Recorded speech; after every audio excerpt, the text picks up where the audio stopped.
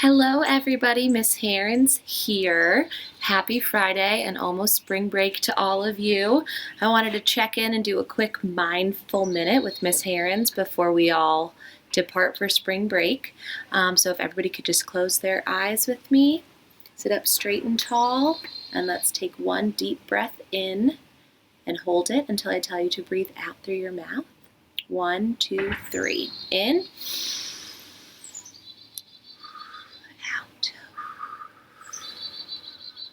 Very good. All right, so today for our mindful minute, I want to do a read aloud with you guys. And the book that I chose today is called Jazzland. And this book is by George Martinez. He is the author and illustrator of this book, and he is actually one of my friends, and he lives in California. And this story is about this dog named Truxton, and he actually has this dog named Truxton. So this book is his first book of a series of stories about Truxton. All right, so here we go, Jazzland. While we're reading this today, just be thinking about what the moral of this story, what the point of him writing this story is, and we'll talk about that after. All right, Truxton was a playful young pup who loved to do nothing all day but play. When he was old enough, a young couple came to take him home and away.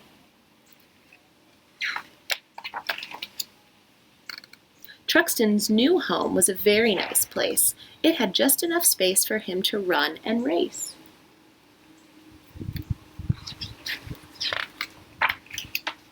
One day, while fooling around, Truxton started to hear an odd sound.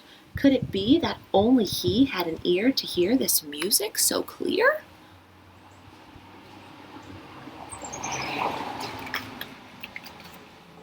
Without missing a beat, Truxton started to dig his little white feet. He got dirty and brown, but was determined to follow the music, even if it took him somewhere downtown. Where is he gonna go?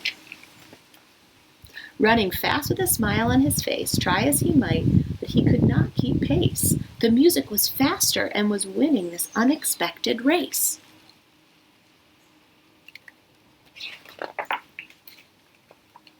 Truxton ran all day with all his might, and the pursuit eventually led him into the night. But before giving up, he noticed something bright. It was coming from the alley, a little speck of light.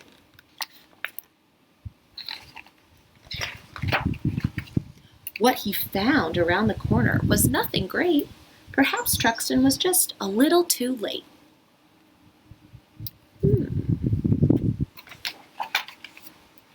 He decided to knock in the same place, and to Truxton's surprise, there appeared a face. Who could it be? None other than the one and only Mr. Bingsley.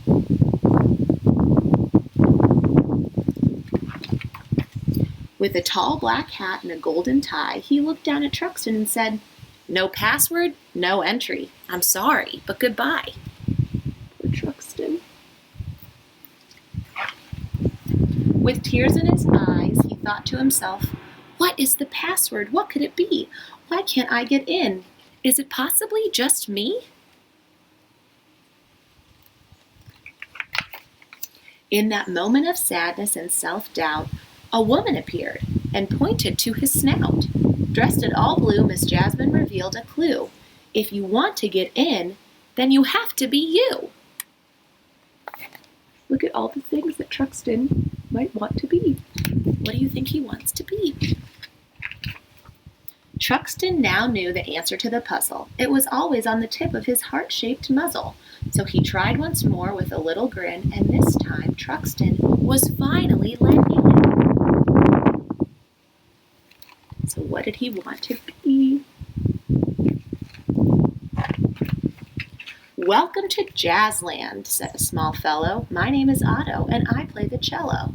Many want in, but only few do. We're missing our trumpet player. Can you play it too?"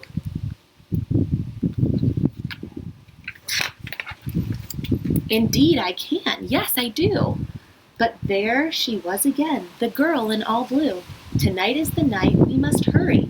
If we do not, Mr. Bingsley will worry."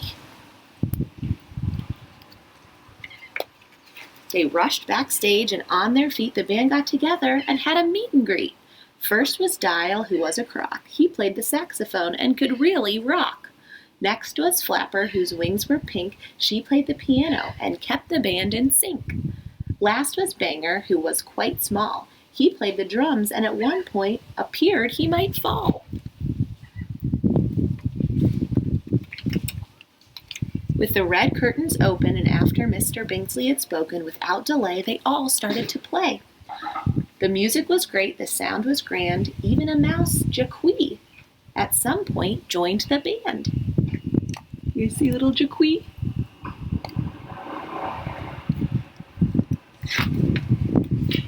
Then from above came lots of glitter, which sparkled and shined as it fell on each critter. The songs were finished and everything done. Sorry it is over, but we are glad you had fun. But before you go, a word of advice. To get back to Jazzland, said Otto, a single dream will suffice. Take this trumpet and please don't forget. If you do, we'll no longer have our quintet. So in the night sky, Truxton raced home in his black and gray tie. He listened to Otto and plans to obey, for he had so much fun he wants to return someday. Once in his doghouse, he laid down his head, but before falling asleep, he thought about what his new friends had said. To get into Jazzland and to go very far, have a dream in your heart, and always be true to who you are. The end. Jazzland. All right, so what do you guys think? What do you guys think the moral of this story was? I think the moral of the story is to be true to who you are. And if we were having guidance lessons in your classes this month, we would be talking about what you guys want to be when you grow up. And I think that Truxton wants to be in a band. He's really good at playing at music and following tunes.